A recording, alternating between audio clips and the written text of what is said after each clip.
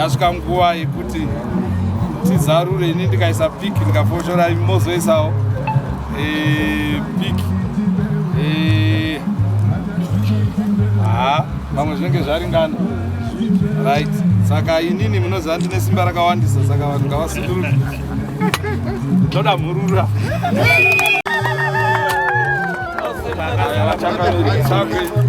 chifu wetu opao mnokweta ipapo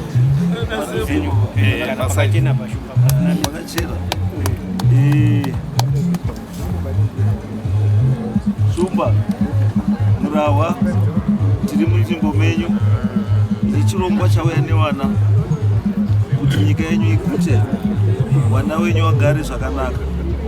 Chiitai kuti ikuru vachengete pavachashanda pano pashaye njozi, pashaye ngozi, pashaye chakashata chinoitika pano, asi iwo vachichengetedzawo mirau yenyu yamakasiyira munyika muno.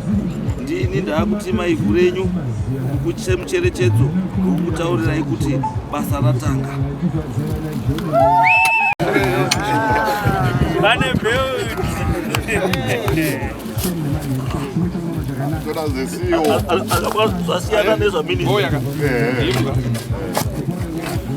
I would like to thank Song Yuan Forestry Private Limited together with Allied Timbers who are spearheading the success of this rural industrialization project in MUTASA District. This event is a culmination of determined efforts by the government of Zimbabwe and the private sector to ensure that they bring great development to Zimbabwe and to our province in particular.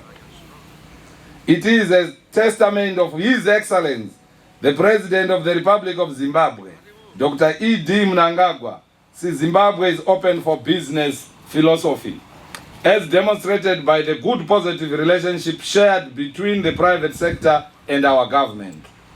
Song Yuan has operated with Allied Timbers Zimbabwe Private Limited to carry out the work of resin extraction in Zimbabwe, and to date it has already recruited up to 1,000 local employees.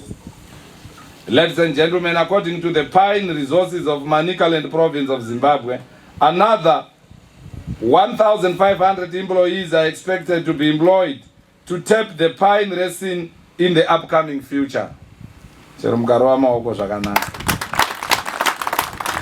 Pine resin project is a factory and chemical project which can recycle pine resources and maximize the added value of pine wood. It has come to the conclusion that pine resin tapping is a new forestry chemical engineering project that recycles pine resin. It is environmentally friendly and realizes the maximum added value of pine. Comrades and friends, this project is definitely the first resin deep processing plant in the entire Africa, and the extracted resin can be used in medical, food, paint, spices, cosmetics, and other industries after scientific and technological separation. Once this pine extraction project is completed, the following benefits will be realized. Creation of local employment opportunities. Ziri kunzwa kuti hanzi 1,500 to 2,000 vanhu vachaemployewa kuenda kunotepa pine iyi kubva pine trees. Anenge achinzi ma-community harvesters. Pano pa-factory tanzwa kuti vachaemployewa a minimum of 100 people vachashanda pano. Zvinoregai ndibva ndangovaudza kuti aiwazve 100 vachashanda pano vanenge vachibvawo mulocal muno. Mambo ndizvoka? Vana vedu vakatenderedza vanogara muno.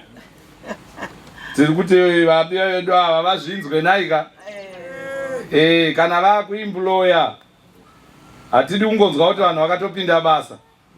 Munotitaurirawo toudza utungamiriri zvoitwawo nenzira inofadza munhu wese. Ndidokuti MUTASA. Ameno sorry kunewe kuwamwewo asi ndiri kuti Manicaland kuti chi MUTASA. Ndo saka zvakanaka zvese muri kuona zviri kutangira kupi kuno. Ndinoda kutenda vakomana maChina in partnership neAllied Timbers this project. Ndafarira chino one. Ndafarira chino chekuti maChina akawanda ari kuuya kuno. Ari kuuya akaberekwa newanhu wasiri wekuno kwa MUTASA.